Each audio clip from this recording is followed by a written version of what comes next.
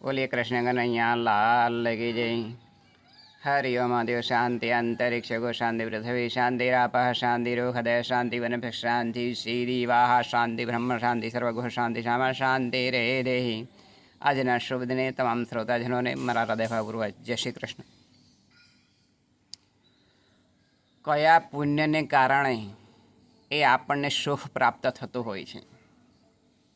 એક વખત પ્રાચીન સમયની અંદર એક રાજા એ પોતે વિચાર કરતો હતો કે મને કયા પુણ્યના ભોગે એ આ રાજા બનવા મને મળ્યું છે। એને ઉત્કંઠા જાગી જાણવા માટેની કે મેં પૂર્વજન્મની અંદર એવું કયું પુણ્ય કર્યું હશે કે જેથી હું અત્યારે એ રાજા બન્યો છું। એટલે એ રાજાને આવો વિચાર આવ્યો એટલે એ રાજાએ તેનો જે મંત્રી હતો એને પૂછ્યું। એટલે મંત્રીએ કહ્યું કે આપણે એક સભા ભરીએ અને એ સભાની અંદર બધાને આપણે જાહેરાત કરીએ કે આ જે રાજા સાહેબ છે એમણે કયું પુણ્ય કર્યું હશે તો એમને અત્યારે આ રાજપાટ ભોગવવા મળે અને પોતે રાજા બન્યા। આમ કહ્યું એટલે પેલા મંત્રીએ રાજા સાહેબને કહ્યું એટલે રાજા સાહેબે આખા નગરની અંદર એ જાહેરાત કરી અને પછી બધા નગરજનોને ભેગા કર્યા અને પછી વાત કરી। બોલે શું? તો રાજા સાહેબે કહ્યું કે મેં એવું કયું પુણ્ય કર્યું છે કે હું અત્યારે રાજપાટ ભોગવું છું। ત્યારે એમના નગરની અંદર કેટલાક વિદ્વાનો હતા એ પોતે ઉત્તર આપવા માટે સમર્થ હતા। એટલે અલગ અલગ પ્રકારનો ઉત્તર આપ્યો પરંતુ રાજાને શાંતિ થઈ નહીં। એટલે એ વિદ્વાનોએ કહ્યું રાજાને કે તમે અમને 1 માસની મુદત આપો એટલે અમે વિચાર કરીએ અને પછી તમને કહી શકીએ કે તમે કયું પુણ્ય કર્યું હશે તમારા જીવનની અંદર તો તમને આ રાજ્ય મળ્યું અને રાજા બનવા મળ્યું। બોલે એમ તો કે હા। આમ વાત કરી એટલે આ રાજા 1 માસની મહેતલ આપી વિદ્વાનોને અને આ વિદ્વાનો એ પોતે દર અઠવાડિયે મિટિંગ ભરે અને વિચાર કરે કે આ રાજા સાહેબને એ કયું પુણ્ય કર્યું હશે કે જેથી એ પોતે રાજ ભોગવે છે। આમ કરતાં એક વખત એ પોતે એ નગરની બહાર એ પોતે મિટિંગ ભરી અને એક વૃક્ષ નીચે બેઠા હતા। તેવામાં એક સાધુ મહાત્મા આવ્યા। એ સાધુ મહાત્માને આ પ્રશ્ન પૂછ્યો ત્યારે સાધુ મહાત્માએ કહ્યું કે ઓહો એમાં વાંધો શું, એનો જવાબ હું આપી શકું તમારા રાજાને। બોલે એમ તો કે હા। એટલે રાજાએ નગર સભા ભરી અને જે પેલા સાધુ મહાત્મા હતા એમને એ બોલાવ્યા અને પછી પૂછવામાં આવ્યું એટલે સાધુ મહાત્માએ કહ્યું કે હે રાજા સાહેબ તમે પૂર્વની જન્મની અંદર કયું પુણ્ય કર્યું એ હું કહી શકું નહીં, પરંતુ જંગલની અંદર 50 કિલોમીટર દૂર એક મહાત્માજી છે અને પોતે એ રાખ ખાઈને જીવે છે। એટલે એમને જો મળવામાં આવે તો એ આપણા પ્રશ્નનો ઉત્તર એ આપને આપી શકે। બોલે એમ તો કે હા। એટલે આ જે હતા રાજા એ પોતે પોતાના મંત્રીને લઈ અને ઘોડેસવાર ઉપર એ બંને એ જાય છે અને ત્યાં એક સાધુ મહાત્મા 50 કિલોમીટર દૂર જંગલની અંદર મળ્યા એમને અને તે પોતે રાખ ખાઈને જીવતા હતા। એટલે એમને પૂછવામાં આવ્યું કે હું કયા પુણ્યના આધારે રાજા બન્યો છું। આમ રાજાએ વાત કરી એટલે પેલા મહાત્માએ કહ્યું કે હું તો જવાબ આપી શકવા માટે સમર્થ નથી, પરંતુ તમે 50 કિલોમીટર દૂર પૂર્વ દિશાની અંદર જંગલની અંદર એક મહાત્માજી છે એ પોતે એ સિદ્ધિઓ પ્રાપ્ત કરી છે અને પોતે એ આગ ખાઈને જીવે છે, તો તમે એમને જો મળો તો એ તમારા પ્રશ્નનો ઉત્તર આપે। એટલે આ રાજા સાહેબ જે હતા એ પોતે પૂર્વ દિશાની અંદર આ મંત્રી અને આ રાજા બંને જાય છે અને જે આગ ખાઈને જીવતા હતા એ મહાત્માજીને પૂછ્યું ત્યારે મહાત્માજીએ કહ્યું કે હું તમારા પ્રશ્નનો ઉત્તર એ આપી શકું તેમ નથી, પરંતુ તમે પૂર્વ દિશાની અંદર પાછા હજુ જાઓ જંગલની અંદર તો એક મહાત્માજી છે એ પોતે એ મહાત્માજી છે તે પોતે એ લાકડા ખાય અને જીવે છે. એટલે જો એમને તમે પૂછો તો એ તમને જવાબ આપશે. એટલે ફરીથી રાજા સાહેબ ને મંત્રી બંને પૂર્વ દિશાની અંદર 50 કિલોમીટર જંગલની અંદર જાય છે.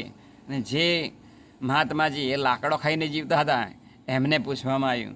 એટલે એમણે કહ્યું કે હું આની અંદર કંઈ જાણી શકતો નથી, પરંતુ તમે એક કામ કરો કે અહીંયાથી પૂર્વ દિશાની અંદર 50 કિલોમીટર દૂર એક મહાત્માજી છે, એ પોતે એ પથ્થર ખાઈને જીવે છે. એમણે પૂર્ણ શ્રદ્ધા એ સિદ્ધિઓ અને શ્રદ્ધાથી એ તમામ દુનિયાની હકીકત જાણે છે. એટલે રાજા વિચાર કર્યો કે આટલા સુધી આવ્યો છું તો લાભ એમને પૂછવા પણ હું જાઉં. એટલે આ જે રાજા અને મંત્રી હતા એ બંને પૂર્વ દિશાની અંદર પાછા ઘોડેસવાર ઉપર ચાલતા થયા અને જ્યાં જે પેલા મહાત્માજી પથ્થર ખાઈ અને જે સિદ્ધિઓ પ્રાપ્ત કરી હતી એમની પાસે ગયા અને એમને પૂછ્યું. એટલે રાજાને જવાબ આપે છે કે તમે એમ કે હું આ સિદ્ધિઓ પ્રાપ્ત કરી શક્યો છું, પરંતુ તમે કેવી રીતે પૂર્વજન્મની અંદર પુણ્ય કર્યું એ હું જાણી શકતો નથી, પરંતુ તમે એક કામ કરો. બોલે શું? તો તમે ઉત્તર દિશાની અંદર જાઓ. બોલે એમ? તો કે હા. અને ત્યાં એક રામપુર નામે ગામ છે, અને એ રામપુરની અંદર એક ગરીબ માણસ છે, અને એ ગરીબ માણસને ત્યાં કાલે જ એક દીકરાનો જન્મ થવાનો છે અને 1 કલાક પછી મરી જવાનો છે. અને એ દીકરાને જ્યાં દાટે ત્યાં જઈને તમે એ દીકરાને જે સબ હોય એ દાટેલું સબ કાઢી અને તમે પૂછશો એટલે જવાબ આપશે. બોલે એમ? તો કે હા. એટલે રાજા અને મંત્રી એ પાછા ઉત્તર દિશાની અંદર જાય છે અને જ્યાં પેલું ગામ હતું રામપુર ત્યાં ગાડી જઈ અને ગરીબનું જે ઘર હોય છે ત્યાં બારણે બેસે છે. એટલે ગરીબ માણસે બહાર આવીને પૂછ્યું ઝૂંપડીની અંદરથી, આપ કોણ છો? તારે આ રાજાએ કહ્યું કે હું રાજા છું અને તમારે ઘરે દીકરાનો જન્મ થવાનો છે. એટલે પેલા ગરીબ માણસને નવાઈ લાગી કે તમને કેવી રીતે ખબર પડી કે મારા ઘરે દીકરાનો જન્મ થવાનો છે? ત્યારે આ રાજાએ મોડીને બધી હકીકતની વાત કરી જે ગરીબ માણસ હતો એને, અને પછી કહ્યું કે 1 કલાક પછી મરી જવાનો છે. બોલે એમ? તો કે હા. એટલે પાછો એ ગરીબ માણસ દુઃખી પણ થયું. હવે એ ગરીબ માણસને ઘેર એક દીકરાનો જન્મ થાય છે. કલાક પછી પોતે એ જે દીકરો હોય એ મરણ પણ પામે છે. ત્યાર પછી આ જે ગરીબ માણસ હોય એ પોતાના દીકરાનું જે સબ હોય છે એ પોતે કઠણ હૃદય એ જ્યાં સ્મશાન હોય તો દાટવા માટે જાય છે, અને આ રાજાને મંત્રીએ પાછળ જાય છે. અને સબ દાટ્યા પછી એ ગરીબ માણસ પોતે પોતાના ઘેર આવે છે. અને આ જે મંત્રી હતો એણે એ પેલું ખોદ્યું. રાજા સાહેબ બાજુ પર ઊભા હતા એટલે સબ અંદરથી કાઢ્યું નાના બાળકનું, તરત જન્મેલા બાળકનું. તો એ બાળક એ આડસ મરડી અને બેઠો થઈ ગયો રાજા સામે. એટલે રાજાને નવાઈ લાગી કે આ મરેલો દીકરો એ બેઠો થઈ ગયો, 1 કલાકના અંદર જન્મ થયેલો અને બેઠો થઈ ગયો, અને કહ્યું કે તમે મારી ઊંઘ બગાડી છે. દીકરો કહે છે. બોલો શું કામ છે? એટલે રાજાએ કહ્યું કે હું મારા પૂર્વજન્મની અંદર મેં એવું કયું પુણ્ય કર્યું છે કે તમે મને જણાવો. ત્યારે એ બાળકે જવાબ આપ્યો. બોલે શું? કે જુઓ, આપણે 6 ભાઈઓ હતા.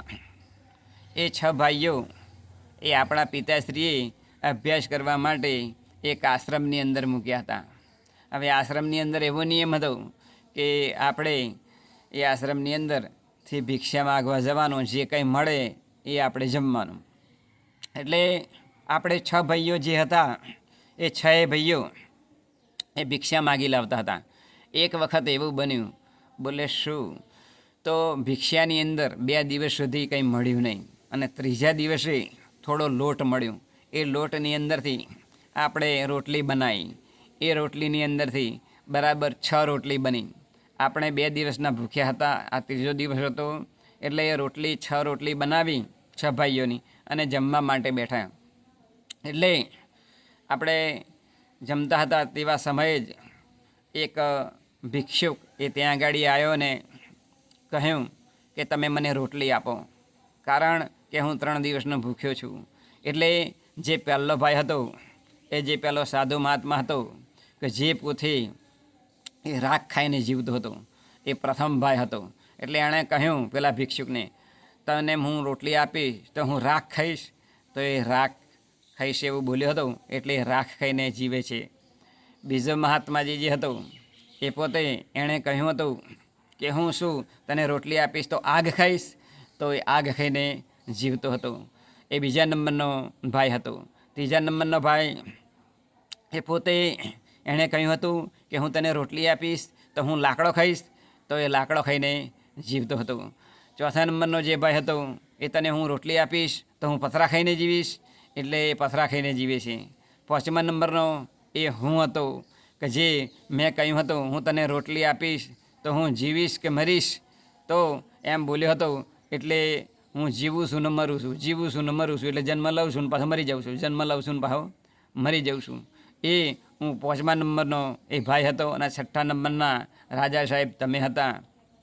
નાનામાં નાના તમને દયા આવી એટલે તમે આખી રોટલી એ પેલા જે ભિક્ષુક હતા એમને આપી દીધી. અને આના કારણે તમે આ પુણ્યના કારણે તમે આ રાજપાટ ભોગવી રહ્યા છો.